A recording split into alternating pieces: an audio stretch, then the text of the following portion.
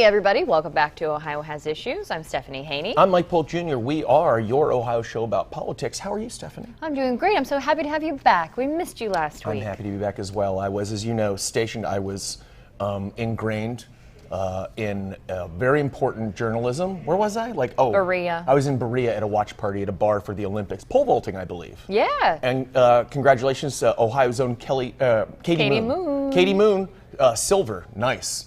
Enjoyed that win with her family, and it was delightful. But I'm sorry I couldn't join you, but you did a great job. And now I'm back and ready to help you inform people about politics in Ohio. That's all I ask. I don't ask much. That's all I ask. What do we have for them this week? We do have a packed show lined up as per usual. There's been a development in the FirstEnergy bribery scandal. I'll be talking to Jeremy Pelzer about that, Cleveland.com and Plain Dealer and Ohio politics forever.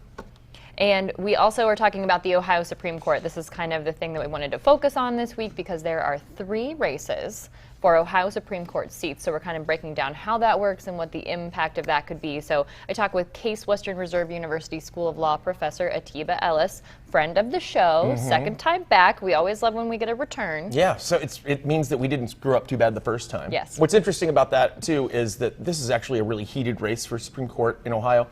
And it didn't used to be quite as big of a deal or quite as contentious, but ever since they started putting the actual party designations on the ballot, which was a relatively recent thing, it's gotten a lot more active, you could say. It has, yeah. People are definitely paying attention to that. We're also going to be talking about your Republican vice presidential candidate. Ohio's own. Senator for Ohio. JD Vance, folks. Yeah, he's going to, he was actually involved with a business that we're going to be discussing. It was a CNN report. This is going national. This is the kind of scrutiny you come under when you are a vice presidential candidate, and we're going to talk a little bit about that. Sure is, and of course we're going to give you an update on the Senate race, as we do each week, where there are not 1, not 2, but 3 candidates now that the Libertarian Party has been recognized in Ohio. What's that guy's name? Jake Jorgensen? I forget already. Joe okay. Jorgensen? Something like that. Regardless, this we wish him well. This is Don Kissick, though. Different person. We wish him well, though.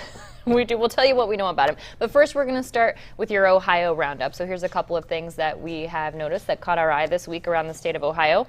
We can tell you that the redistricting amendment has an update. The Citizens Not Politicians campaign sent proposed ballot language to the Ohio Ballot Board for the upcoming election. They're going to meet on Friday, August 16th.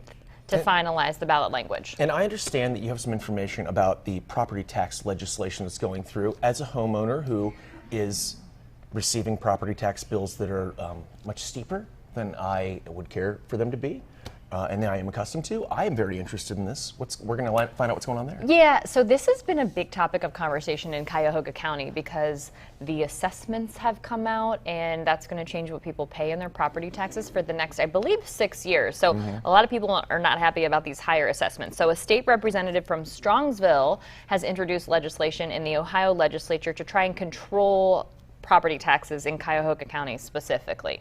I would have a question. I know this isn't your forte necessarily, and I don't mean to just drop this on you right now, but I love a surprise. If I could convince people that my house is haunted, would my property value go down, and would I therefore have a lower tax bill? I think that there might be a certain sect of people who that would actually make it more valuable. Oh yeah, the sickies. It's very subjective. Mixed bag. You're right. Okay, we'll talk about that too. But this legislation is more geared toward the older people here in Ohio. So Representative Tom Patton is proposing to stop the tax from increasing for people who are on Medicare or Medicaid and people who make less than $75,000 per year. Okay. So it's just introduced right now, though. Right. Yeah. Okay. It hasn't been voted on in the House. It hasn't been voted on in the Senate. It most certainly has not made its way to Governor Mike DeWine's desk. But you're going to hear about that too. But of course, we have to get started, as we almost always do on the show, talking about the biggest bribery scandal in Ohio history. We talk about it a lot. We do. We love it. That's the House Bill 6 scandal involving FirstEnergy. So they made a big deal. You know, this is still an ongoing case from back in the day, and we've already settled, not totally settled with the feds, but this is about the state in particular and Attorney General Dave Yost. FirstEnergy made a $20 million deal with Dave Yost's office to avoid HB 6 prosecution and drop the company's civil lawsuits. Now, I wanted to learn more about this, and you should too, and that's why we're going to introduce you to a friend of ours who's here quite frequently, and we enjoy his company, don't we? We do. Jeremy Pelzer is always on top of this stuff. Here he is. Oh my gosh, we're here at it again, aren't we, Jeremy? Same as last time. Good. It's good to see you, my friend. Now, as you know, of all people, because you wrote the column, $20 million. That is what FirstEnergy is going to be paying in order to not to avoid state criminal prosecution from its starring role in the House Bill 6 scandal. That is according to your writing. Tell us more about what's in this deal. So under the deal, FirstEnergy will pay $19.5 million to the Attorney General's office, and they can give it to it suggests that they can give it to a non-energy charity. I don't know what that means in practice, but that's where that money would go. And then the rest, the other 500 grand, would go to hire an independent consultant to make sure that FirstEnergy is basically following through on all the various ethical reforms that it says it's going to do in terms of being transparent and working with Yost's office as it prosecutes two former FirstEnergy executives for allegedly masterminding this bribery scheme. Now, there does seem to be some surprise about the terms of this deal. Why is that? Some people seem to be saying that they are getting off light. Well, what they're probably referring to is that the company's own consultants warned that the company could be on the hook for as much as $3.8 billion in fines over the House Bill 6 scandal. So in addition to this $20 million to resolve the potential state charges against the company, the FirstEnergy previously agreed to $230 million in fines to resolve potential federal charges. It could still get another $100 million or so from the SEC, like the Securities and Exchange Commission, but that doesn't add up to anywhere near $3.8 billion. And again, that $3.8 billion was from a consultant that they brought in early on in the scandal to say what sort of liability could we be looking at here. And that's the number that they said, you guys could be on the hook legitimately for this much. And we have knowledge of that number. Correct. Yeah, it was part of the documents release that we got. I mean, they didn't broadcast it publicly, but right. Our organization obtained those documents. Essentially, though, somehow they got this deal, even though their own consultant said that it would probably be much, much higher. How are people saying that we ended up here if even their own consultant said that they were going to be that liable? It's a great question. Don't know the answer to that. Okay. We're asking the Attorney General's office that. One thing we should say, or I should say, is that Dave Yost has set up what he calls basically a firewall, because Dave Yost is looking to run for governor in 2026, possibly against John Husted, who has made headlines about him and HB6 as well. And Yost has said that he has set himself apart from any decisions about HB6 related stuff. So he says this is his office who negotiated this deal, not him personally. And he usually makes a pretty big announcement about this, but this one was made a little bit more quietly, I understand. Yeah, no press conference, no press release. This was announced in an SEC filing by FirstEnergy. It was actually first reported by the Cincinnati Enquirer. And yeah, that's how we found out about it. And not signed by the attorney, as you said, he has recused himself. Is that not the right term? I think the term they used in the memo, the legal memo announcing it, was walled off. Okay, so whatever verb you want to use, he says he's intentionally like, don't tell me what's going on, you guys handle it. So as he has walled himself off, this agreement was actually signed by the first Assistant Attorney General, Jonathan Blanton, a Delaware County prosecutor, Carol O'Brien, and Summit County prosecutor, Elliot Kolkovich. But the Attorney General has not signed this because he doesn't want anything to do with it. Is that normal for him to do, or for attorneys general to do in these circumstances? I can't speak for other states. I think that if on a case-by-case basis, if an attorney general is either running for office or has something to do with an investigation that he might personally benefit from, that even the appearance of being involved in putting his thumb on this investigation for politically motivated reasons, even if it isn't unethical, it has the appearance as such. And if you're running for governor, you can sure run a lot of campaign ads against that attorney general, saying that he's using his own investigative and prosecutorial powers for his own gain. So that's why Yost is taking a step back from this.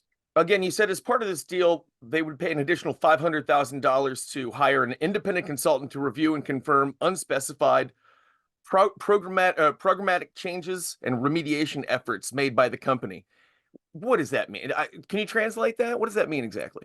Sure. So I actually found out more about that. And what that means is, so For example, that something I said earlier, where they agreed to help Yost's office with these other prosecutions.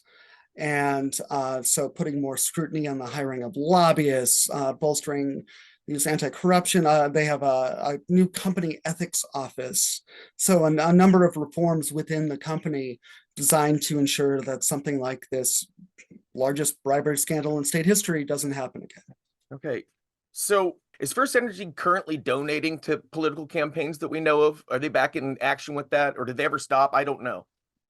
As far as I know, no.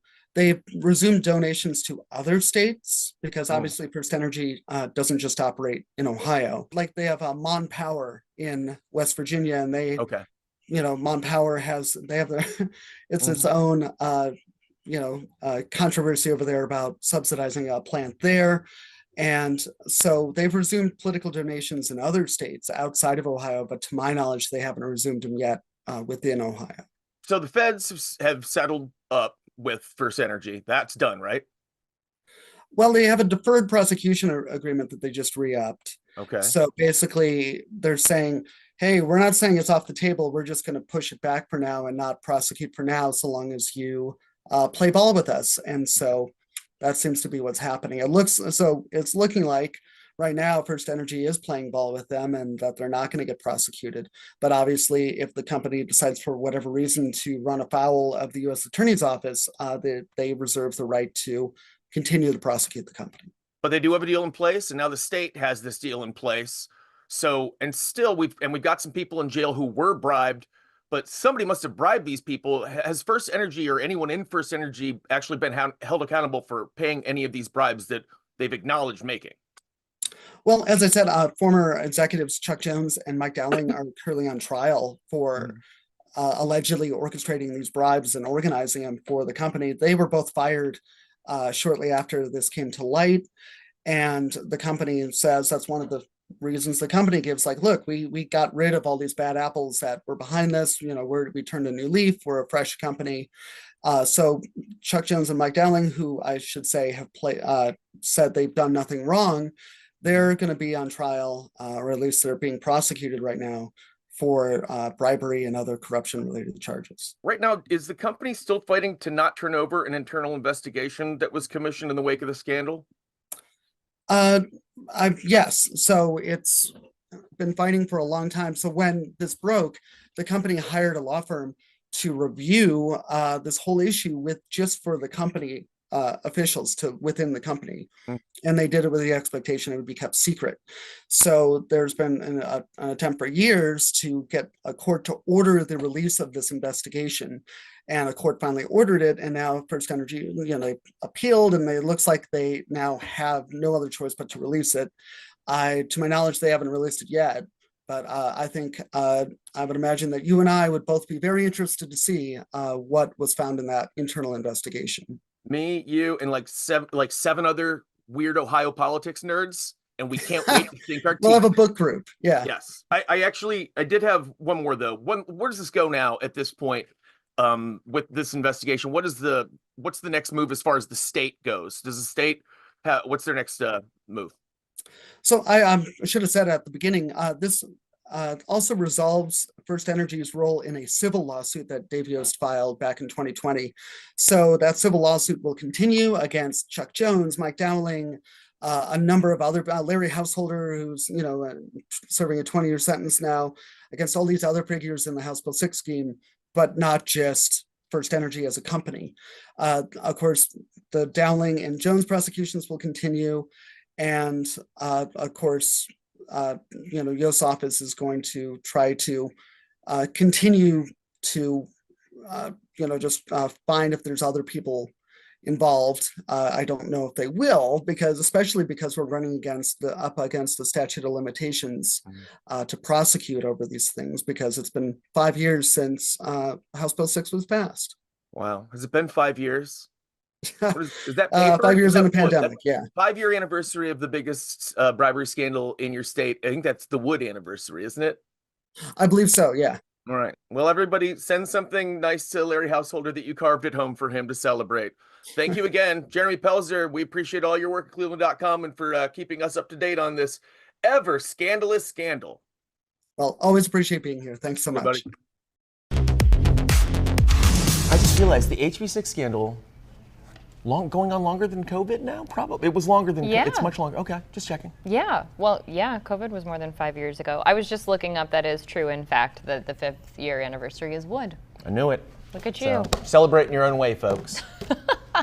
Thank you, Jeremy. That was Appreciate really it. informative. We appreciate it. Now, you asked me to look into something, another little tidbit that you caught on to, and I did my research. Yeah, so JD Vance was part of this business. He was an investor and a pretty public proponent of it. So we saw some original reporting from CNN on this. Would love to hear the details. Now, really the important thing about this is CNN is, you're going to get vetted once you're the vice presidential candidate, and you're going to find these sorts of stories that aren't necessarily the worst things in the world, but still, you're going to get yourself dug into when you're at this point. According to a CNN report, JD Vance was an early investor in a Kentucky startup called App Harvest. It was a company that promised high-tech indoor farming in eastern Kentucky, and then went public with a major investor backing in 2021. That same company has since been undermined by lawsuits, employee complaints, and eventually bankruptcy.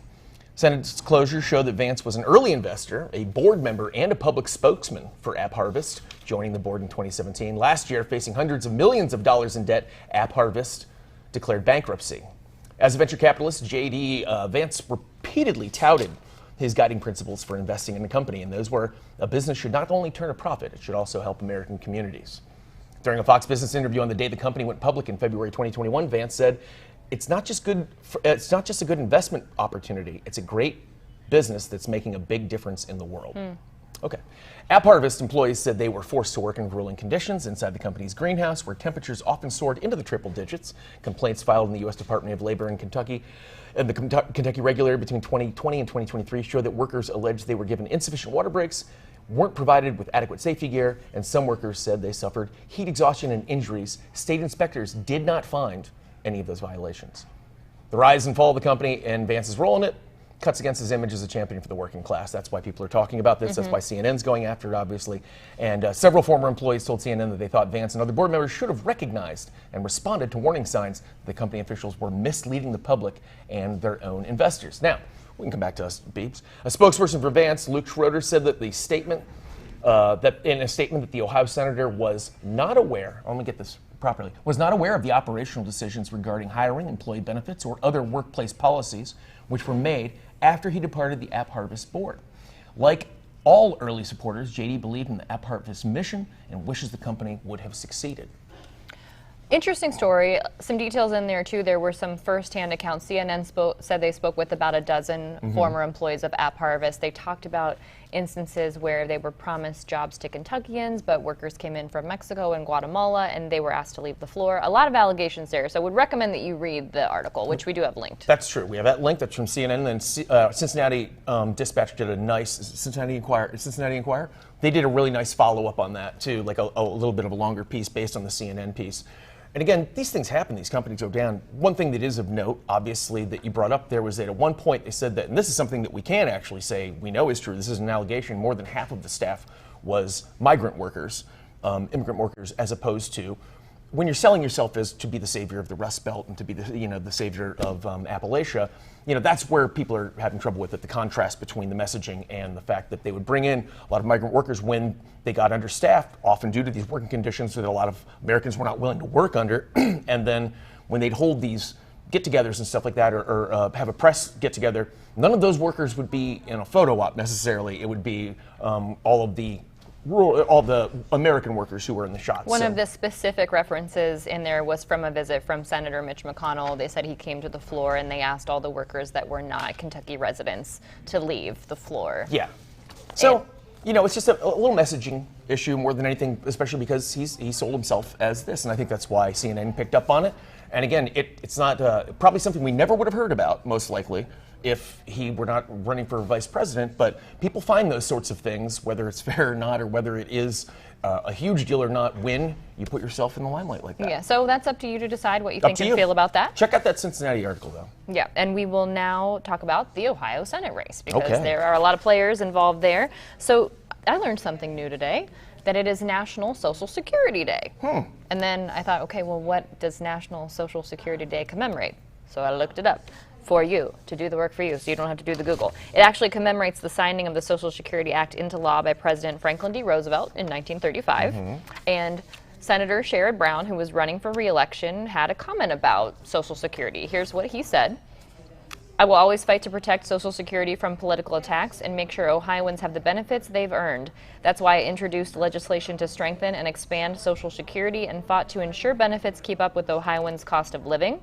I will always oppose efforts to raise the retirement age and privatize Social Security, and will always stand up to special interests who want to make it harder for Ohioans to get the benefits they've earned. You know what that sounds like? That sounds like a statement made by someone who is running in a close election race. He's doing a lot of these sorts of things. I'm not saying that's not an important thing, celebrating Social Security, but there's a reason that he's focusing his messaging on some of these things like this, more of the popular legislation, including the next thing, a piece of legislation to remove college degree requirements from a public sector job. What's that about? Yeah, he introduced this legislation on Monday in Congress, and this legislation would make it easier for workers without four-year college degrees, which is specifically mentioned on his campaign website, including veterans, to get federal jobs and to promote hiring based on skills rather than degree that someone has. And a quick quote from him on this is, if you could do the job, you should be eligible for it, whether or not you have a four-year degree.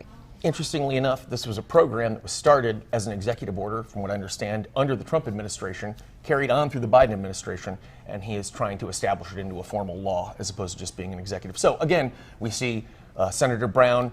It's no secret that he's not running towards the Democratic Party necessarily. He's not necessarily running away, but he is recognizing the state that he lives in and obviously messaging a lot of his choices based on that. All right, let's move on. Is that a nice way of putting it? That's the best I could put it. I think it's a very succinct way of putting it. Put it. Yeah, nicely done. Thanks. Okay, now let's talk about his challenger, Bernie Moreno, on the Republican side. We have learned that Defend American Jobs, which is a super PAC founded by the cryptocurrency industry, it's one of 3 affiliated super PACs with the cryptocurrency industry that we're aware of. They're going to spend at least $12 million backing Bernie Moreno. So he's getting the backing of the cryptocurrency industry, which is not necessarily a surprise that they are in support of Moreno, because he has been a crypto enthusiast. He loves crypto. Yeah, he's spoken very openly about it. He advocated at one point to turn Cleveland into a hub for the blockchain, which, if you don't know what the blockchain is... I still don't, but I'll pretend. I asked several people today how they would define the blockchain to someone who doesn't know what it is. Here's what we came up with. Okay. This was a workshop, okay? So it's like an open list of cryptocurrency transactions that anyone can check and verify. Well, there you go. Basically like a bank statement. Okay. But it's a little bit more anonymous because there's no names attached to it, just addresses. There are a lot of things that are great and that work perfectly fine that I don't understand, and so I believe that's probably, could be another one of them, maybe. Yeah, so he's getting at least $12 million in backing from that super PAC, Defend American Jobs. Tells you how important that Senate seat is, obviously, and like you said, he's been a backer of crypto. It's not like a huge surprise. This is like if the Union for Gravelly Voice people came out in favor of Sherrod Brown. Pretty much, so it's kind of a pretty obvious one. Yeah. So here is a little bit more information about Bernie Moreno. This comes from Cleveland.com's Chris Quinn. He wrote a letter from the editor talking about some text messages that he had received from Bernie Moreno. So we're just going to kind of walk through this. You're looking at the letter from the editor on your screen right now if you're watching us. Cleveland.com, partner of WKYC in Cleveland, from what I understand. Yes. And he was on a family trip to Disney World, he says, which was on the day that former President Donald Trump's assassination attempt happened, an attempt on his life. That was on July 13th. Chris Quinn was the editor, correct? I'm sorry, I'm just making sure. That he was at Disney World? Yes. Okay, thank you. He was on a family vacation. Thank you. Yeah, so he was checked out. The point of this was he was aware of the assassination attempt, but he was on a family trip, and he got some text messages while on that family trip pertaining to the assassination attempt from Bernie Moreno. Oh. So the first text message that he received, he says, came in at 8:18 p.m. He said it was exactly 2 hours and 7 minutes after the assassination attempt. And that text read, quote, "When journalists, in quote marks, like you labeled Trump another Hitler and claim there will never be another election or that America ends if he's reelected, what did you think was going to happen?" And Chris Quinn responded to him at 9:13 p.m. with this text. "Yeah, Bernie, stick with the fascist playbook, try to blame the journalists." Now at this point, Chris Quinn said that he put his phone away. He was on vacation and he didn't want to talk about this anymore. So he received these other text messages later and then detailed the times that they came in. He said at 9:21 p.m. he got a text saying from Bernie Moreno, quote, "You own this. Thanks to you, I now have to take extra care to protect my family. I hope you get lots of money for your clickbait crap." At 9:49 p.m., another text came in with, "You own this," in all caps. "Apologize to your readers for your rhetoric. Anything short of that shows how shallow and hollow you are as a man." Then Chris Quinn said that 2 more text messages came through, but they were unsent before he had a chance to read them. But the Apple messaging app showed that they had come through. That's too bad. Those were the gold. You And know, then those were the deleted. gold right there. If those are the ones he left up, imagine how fun those 2 were that he took down. Such a shame. You never know. At 10:08 p.m., then Bernie Moreno texted a social media link of someone criticizing the media for accusing Trump of inciting violence. And then at 12:39 p.m. the next day, there was a link to a column that Chris Quinn wrote about Trump that was popular across the country with a message that read, quote, "Resign, you're a disgrace to your profession." So here is something that Chris Quinn wrote in his letter from the editor that we want to share with you directly from Chris Quinn. I don't publish this incautiously. I know some will say this column is petty or partisan. It's not about that. It's about me being a journalist with exclusive access to information about a statewide politician. I'd publish it no matter which party he represented. I can say that I've been at this work for many years, and I've never received anything remotely similar from Sherrod Brown or Mike DeWine or Rob Portman or John Glenn or George Voinovich. Which those are people who are from different sides of the political spectrum. And I will say I did reach out to Bernie Moreno's campaign and did not get a response. I asked them for a comment on the article posted by Chris Quinn and they didn't respond. So what do you take from that? Anything at all? Is there, what stands out to you about that exchange? I think Chris Quinn wanted people to know what kind of a conversation he was having with someone who is running for elected office. His whole point in the letter from the editor was, is this what a leader does? And so that's a question that people have to ask themselves. Is this something that a leader does? That's for you to decide if this was an appropriate message for him to send to Chris Quinn in the aftermath of the assassination attempt on Donald Trump. Part of this is also, I think, probably a window into a little bit of inexperience, a little bit of not being seasoned as a politician, maybe. In that, remember, this guy has never held a public office. Neither did JD Vance until recently. Both of those people got kind of leapfrogged into politics because they got the tap on the shoulder from their party's leader who said, "We'd like for you to elect this person," and it put them in the forefront in a time when they haven't necessarily run through these campaigns. And, you know, they might have a knee-jerk response that they want to send out, but usually if you've probably been doing this for a little while, you might have the resistance or to say, you know, maybe that's not the best idea, or maybe I'll have my press office send it tomorrow instead of directly to the editor at 9 o'clock while his family's trying to ride Space Mountain. I don't think he knew that he was at Walt Disney World. No, I know it wasn't I think intentional. we should at least point that out. But it's also very direct, and it's that sort of directness. I think that is one of the things that former President Trump finds so appealing. One of the reasons that he picked him is because they would say he's a firebrand and he fights. So whether or not that's appealing to Ohio voters is up to you guys now. All we can do is tell you about it. And now we can tell you about the third candidate who has entered the ring for the Senate seat here in Ohio. He's right. Libertarian Don Kissick. And we can tell you that he is a former auto worker from Ottawa. So remember when you mentioned Joe Jorgensen earlier? Right. This is an older picture of Don Kissick because more recent ones are less available. This is actually cropped. He is supporting Joe Jorgensen in that shot. this photo. Wow. But it had Changing to of be the cropped. guard. And you can see that it was from 2020 pandemic era because he's got a mask pulled down, you know, around Like his a neck. libertarian. So an older photo of him. Now, I haven't been able to reach him just yet, but I did take a little peek at donkissick.org. And the most recent post on there, if you scroll up a little bit on the site, we see that it is from January 2021, and I fact-checked this with our resident sports expert, Tyler Carey, because he's talking about Justin Field playing for Ohio State in the NCAA championship after injuring himself in the Sugar Bowl. So, we could tell you, at the very least, he follows the Buckeyes. Okay, so he's right. And I can also tell you that he's more active on X, formerly known as Twitter, because he got the Wordle today in 2 tries. At least he claims. You know, he could have done it from a different account. I'm not saying I don't trust Don. No, he wouldn't lie. I read his Facebook page. He seems, if nothing else, he seems very sincere. Well, I will say, I don't Genuine. ever post about the Wordle, but a couple days ago when I, humble brag, got it in 2 tries, I also posted that to X, so I can appreciate Pretty this. sure that's just a brag. Like a humble brag would mean like, normally I don't do well, but this time I got lucky. Well, the what you do humble is just part, brag. the humble part is that I don't always post about the Wordle. Well, there you go. You know, That's so much better. When I got it in 2 tries. Congratulations. Like, What, do you remember what the word was?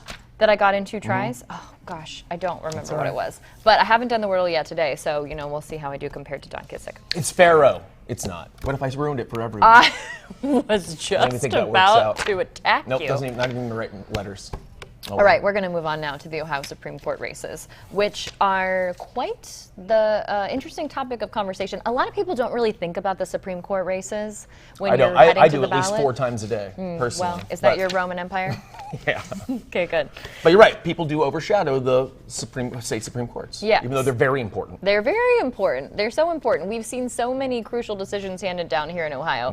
And this year, there are 3 seats on the ballot in November. It's possible right now the Ohio Supreme Court is a 4-3 split, 4 Republicans, 3 Democrats. It is possible that the Ohio Supreme Court could flip to Democratic control, or it could end up with a 6-1 GOP And even more supermajority. dominant, yeah. Yeah. The last time the Democrats had the majority in the state Supreme Court here in Ohio was 1986. So I remember that. we're going to talk a little bit about that. You remember that? No, I don't. I don't remember that. We talked with Case Western Reserve University School of Law professor Atiba Ellis about it. Here he is.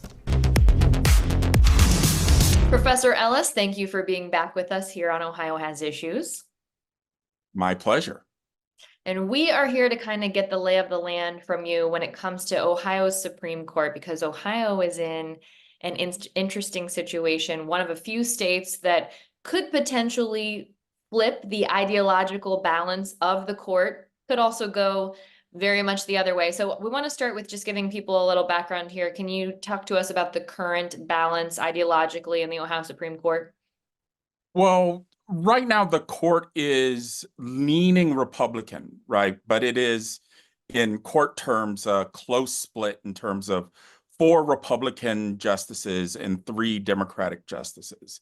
So over the past few years, this has meant that in some cases, the court where there has been a swing vote that would sometimes vote with the Democrats would uphold issues that would tend to trend towards political liberal concerns. So we see this especially when it comes to the redistricting saga that has played out in Ohio over the past decade or so. Often the prior Chief Justice would vote with the Democrats to strike down the districts drawn by the redistricting commission, which was largely controlled by Republicans, as partisan gerrymanders. So that close balance is now shifting given the current lay of the ballot for this November.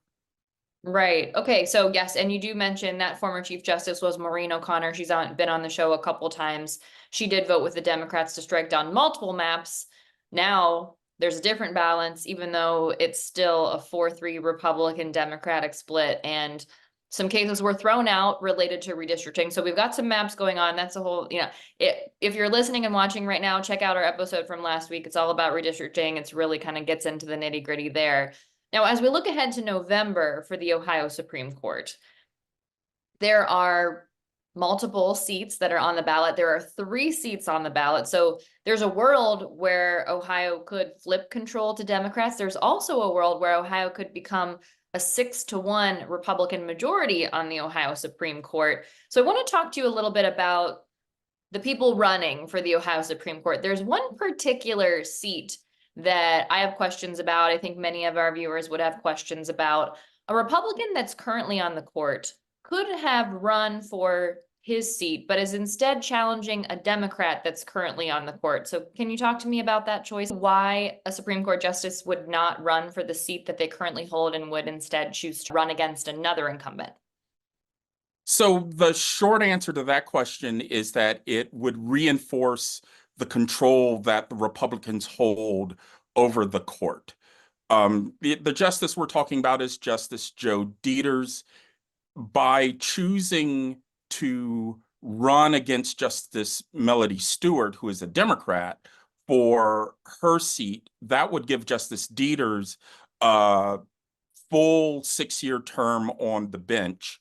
And that would, in effect, guarantee the 4-seat majority that the court would have for the longest term possible.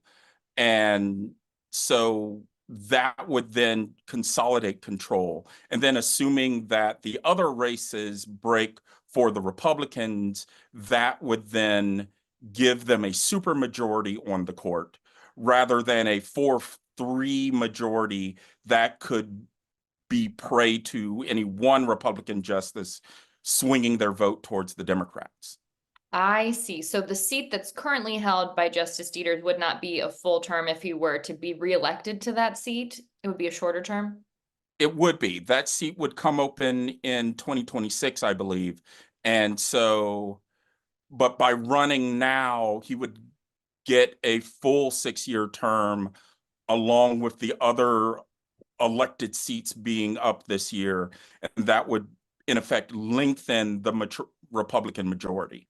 Okay. Okay. So just very quickly, the other seats on the ballot, it's incumbent Democratic Justice Michael P. Donnelly. He's being challenged by Republican Hamilton County Court of Common Pleas Judge Megan Shanahan. I want to get back to that in just a moment. Hamilton County is interesting in this particular conversation. And then that seat that's currently held by Justice Deters, which again, he is not running for, he's running against somebody else who is an incumbent, Justice Melody Stewart. But that other seat, that is in play between Republican Franklin County Court of Common Pleas Judge Dan Hawkins and then 8th District Court of Appeals Judge Lisa Forbes, who is a Democrat. So those are the races that we're looking at. But back to Hamilton County, there's a Hamilton County judge on the ballot, a Republican, excuse me. Hamilton County is interesting right now because there's an ongoing court case in Hamilton County that we were supposed to have a decision on already. Can you talk to me about that? Well, sure. This is concerning the 6-week abortion ban that is the highlight of the litigation around the post-issue 1 decision from 2 years ago. Just some brief background, of course. Reproductive rights have been on the ballot in Ohio. And of course, with a 57% majority, Ohioans voted for a reproductive rights amendment to protect the right to choose in the world where the Supreme Court of the United States struck down Roe in the now famous Dobbs case. Of course, the interpretation of these statutes, which, and the reason why we're talking about it here, is ultimately up to the Ohio Supreme Court, is at play in the post-issue 1 world. And so this decision that we're waiting for in Hamilton County is probably the next major salvo in this debate about how to interpret the right to choose. And so it becomes very interesting that we're now having to wait another length of time beyond the time that a decision was promised. I mean, this could mean that there is a lot more controversy here than is being revealed. It could simply mean that it's taking longer to write the opinion, but certainly it's controversial, and that the fact that it's taking more time in some ways comes as no surprise. And that's going on in Hamilton County, and that's relevant to this particular conversation because whatever happens in Hamilton County, whatever we hear, which we're expected to hear on August 29th, that could make its way to the Ohio Supreme Court, and that court will be the court likely that's elected in November, right? I mean, there's no way this is going to be decided before a new court would be seated in January if it makes its way to the Ohio Supreme Court. Right. And so in essence, that decision would be on the Ohio Supreme Court's agenda come next year, assuming that it gets appealed all the way up there. And so in a sense, this encapsulates the choice that voters have to make in November, right? By having a court that is leaning in towards Republican control and for Republican control for the next judicial term, you could expect more conservative interpretations of what the meaning and the scope of the Reproductive Rights Amendment is. And certainly a court that would lean towards Democratic control, or even that 4-3 split where a swing could change the outcome, would lean more towards those issues. So Ohioans would get the choice in November in terms of what court they wish to choose and what changes that court could make through interpreting the Reproductive Rights Amendment. It is interesting. We do find ourselves, even after abortion rights access has been enshrined in the Constitution, abortion seems to be on the ballot here in Ohio again by virtue of this. Yeah. So it appears. So it appears. All right, Professor Ellis, thank you very much for walking us through that and kind of explaining the real nuance of who's running and why they've chosen to run in the way they run and what kind of implications this has for the state of Ohio moving forward. We appreciate your time here on Ohio Has Issues. Thank you for the invitation. Second time on the show for Professor Ellis. We appreciate you joining us. Two-timer. Nice job. Thank you, Doctor. Now, I want to just really impress this upon our viewers and listeners and kind of like hammer this home, because I don't know if I was necessarily as clear when I was like setting up what these races are like for the Supreme Court. I didn't want to say anything. I'm glad you're cleaning this up. I appreciate it. I do. I love constructive criticism, especially from you. So there's a seat that's currently held by Republican Justice Joseph Deters. It's not a full-term seat because Deters was appointed to that seat by Governor Mike DeWine. He was appointed to fill the vacancy because Justice Sharon Kennedy was elected as Chief Justice of the Ohio Supreme Court in the 2022 election. So the current Chief Justice left that seat to become the Chief Justice. Deters was a friend of Governor DeWine's son, who is also on the Supreme Court. That is a fact. That is a fact. And prior to being appointed to the Supreme Court, he was a Hamilton County prosecutor. Now this November, Republican Franklin County Court of Common Pleas Judge Dan Hawkins will face 8th District Court of Appeals Judge Lisa Forbes, who is a Democrat, for the rest of that term, which is not a full term. It's going to be up in 2026. There are 2 other seats at play. Incumbent Democratic Justice Michael P. Donnelly is being challenged by Republican Hamilton County Court of Common Pleas Judge Megan Shanahan. Hamilton County is all over this, all over this place, all over the conversation about the Ohio Supreme Court. And incumbent Democratic Justice Melody Stewart is being challenged by incumbent Republican Justice Joseph Deters. Again, his hope is to get a full term rather than just continuing to serve through 2026. So that's that. Now, when we're talking about decisions by the current Ohio Supreme Court, one of the decisions that came out recently was related to a fan favorite when it comes to snacks or meals or appetizers. You're talking about boneless chicken wings, the bastard son of chicken wings.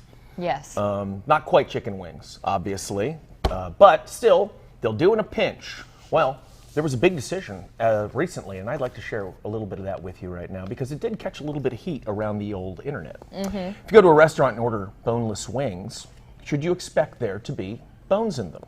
Well, according to a recent ruling by the Ohio Supreme Court, the answer is yes. No bones about it. Boneless wings can have bones in them. No bones about it. In a controversial 4-3 ruling, the Ohio Supreme Court ruled that boneless wings refers to a cooking style and that customers should be wary of choking on bones in boneless wings because it's common knowledge that chickens have bones. Bones are a natural part of a chicken, and consumers should therefore be on guard for them, even in boneless wings. It's the kind of ruling that gets people's attention, but don't take my word for it. Look at how many news outlets covered it. Just take a peek here. Look at that. You got the Wall Street Journal, the Guardian. That's our state they're talking about, folks. Boneless chicken wings can have bones in them. According to People magazine, Salon got a dig in. NPR even came at us a little bit, but it was obviously noteworthy. Here's how this went down, everybody. Let's get to the bones of the case. In April 2016, Michael Berkheimer ordered boneless wings with Parmesan garlic sauce, good choice, at Wings on Brookwood in Hamlet. Oh, the place is called Wings in Hamilton. Looks nice. It's about 30 miles north of Cincinnati, still too close. On the third piece that he ate of his boneless wings, Berkheimer felt, quote, something go down the wrong pipe. He unsuccessfully tried clearing his throat and later that night started to run a fever. Oh. Okay. The next day, he sought out medical attention and a doctor discovered a long, thin bone that had torn his esophagus and caused an infection. Berkheimer then endured 2 surgeries. Now, let's pause for a moment here, and we're going to talk about what are probably the 2 key questions that you're considering right now, right out of the gate. 1, how did the chicken bone get into the boneless chicken? Yeah. That got into Michael Berkheimer. Mm-hmm. And 2, how did Michael Berkheimer not notice that he was eating a chicken bone until it was in his throat? Fair. Totally fair. Was he just like tossing these things down his gullet or what? No, he was not. In fact, he apparently has a tradition where he cuts his boneless wings into 3 pieces. Oh. So it's not like he was just going at it. But according to medical testimony, the bone had most likely slipped past the goalie during the processing, gotten into a part of the boneless wing where it got folded up, and then the section, when it reached Berkheimer's throat, it sprung open, causing the throat damage. He sued the restaurant, as well as the supplier and the farm that produced the chicken, claiming they were guilty of negligence and violating Ohio's deceptive trade practices law. His attorney, Rob Stokar, argued that boneless should mean no bones. If an injurious substance is claimed by a business to not be in the product, the consumer has reasonable expectation to not encounter the substance. The majority of the Ohio Supreme Court disagreed and sided with 2 lower courts, thereby denying Berkheimer the ability to continue his lawsuit to a jury trial. The court was split 4 Republicans to 3 Democrats. The Supreme Court's majority opinion was written by, the aforementioned Justice Joe Dieters. We were just talking about him. In defending the decision, he compared the Berkheimer incident to a 1960 case when a restaurant served a customer 6 fried oysters, one of which had a piece of oyster shell inside. In that case, the court sided with the restaurant, saying that shell is a natural part to the oyster. Thus, it's the eater may expect to encounter oyster shell in it. The 3 liberal justices wrote in dissenting opinion that it should be up to a jury to decide whether it's reasonable or not to expect bones in boneless wings. Because reminder, this isn't them deciding the entire opinion. They're just deciding, because that's how that works, right? Right. Whether it will go to a jury. Whether it will go to a jury. Whether it can be heard. One of the dissenting justices referred to the decision as, and I love this term, quote, utter jabberwocky. Jabberwocky. Fantastic. The result in this case, quote, the result in this case is another nail in the coffin of the American jury system. End quote. That's Justice Michael Donnelly. We also spoke of him. Donnelly also argued that the case could have ripple effects for people who are nut, dairy, or gluten-free, saying that the court seemed to have decided that if people order allergy-free food, it could still have an allergen in it because that is natural to the food. That was his contention, concern maybe. Justice Donnelly went on, quote, the question must be asked, does anyone really believe that the parents in this country who feed their young children boneless wings or chicken tenders or chicken nuggets or chicken fingers expect bones to be in the chicken? Of course they don't, he wrote. When they read the word boneless, they think that it means without bones. So do all sensible people. This is among the reasons why they feed such items to young children. Dino nuggets? Who out Right? there Delicious. has the dino nuggets? The majority opinion makes a factual determination to ensure that the jury does not have a chance to apply something that the majority opinion lacks. Common sense. Ooh, dissent burn right there. That was a dissent A lot of that reporting came from our friend Jake Zuckerman from Cleveland.com. Thank you, Jake. Okay, so that's where we're at. Initial thoughts on that? I mean, I'm just thinking about those dino nuggets. I know, we all are. You know, nobody wants a dino nugget with a bone in it. You don't expect a bone in a dino nugget. This is obviously a colorful case, and it was mocked readily online and whatnot. That photo of him on yeah. the Daily Mail article was rough. Not great. So it's not. I don't think he's like totally faking it to have gone to the hospital for that long and everything. So that's a bit of a reach. Two real quick thoughts on this. One, I don't buy the oyster defense. I don't know how that one held up, because unless they were referred to as oyster-free oysters or no-shell oysters or try our, we promise no shell in the oysters, then I don't feel like that's the same thing. You know what I mean? I think that's a very good point. The other thing is that both opinions cite common sense. The deciding opinion said common sense should prevail and tell people this, and the people who objected to it said common sense should say. And that brings up the point, we obviously have a different concept of what constitutes common sense. Not just the 7 learned justices who believe that there is at least an argument to be heard here, because if this were such a slam dunk and such an undebatable case, then why did so many people go online and debate it? Look at all the people that were talking about it. Why did People Magazine and The Guardian care enough to bring it up? And why did so many media outlets consider it to be notable enough to share with their readers? Probably not because it's a common situation that has such an obvious answer, but because it's a weird situation that sensible people might see differently. Now, given that, I only wish that there was some sort of system where this case could be deliberated upon by a small collection of plaintiffs, of the plaintiff's peers, some sort of random representation of fellow citizens who could hear both sides of the case and use their collective wisdom and experience to pass judgment. Oh man, I just realized I'm describing a jury. So that would have been nice, wouldn't it? It would have been. All right, you start wrapping things up. I'll be right back. Go ahead. Okay, so I think that is a really interesting point, because what we're talking about here is debating about what the reasonable person will do. And I will tell you, nothing will irritate a law student more than the reasonable person. We can't possibly, Yeah, who is that? in many scenarios, know Just to what a demonstrate reasonable person will do. that I'm going to make you put your microphone back Oh yeah, on. just to designate that boneless wings are still safe out there, and at much jeopardy to my own health, right now, for you the viewers, I'm going to try a couple of Parmesan boneless wings right They're now. very aromatic. Yes, garlic Parmesan. They These are. are not from Wings in Hamilton or wherever that place was. These are from a chain Were place. the wings also from Hamilton County, north of Cincinnati? Everything's from Hamilton County, baby. Everything's coming up in Hamilton County. All right, these here we go. days. Let's see. Wish me luck, everyone. Okay. Who knows? There could be bones in this. I'm quite nervous. Legally, there could be bones in this. Can I look at it first? Take a look. All right. I think it's fine. She's clean. That's All right, good. well, I got lucky there.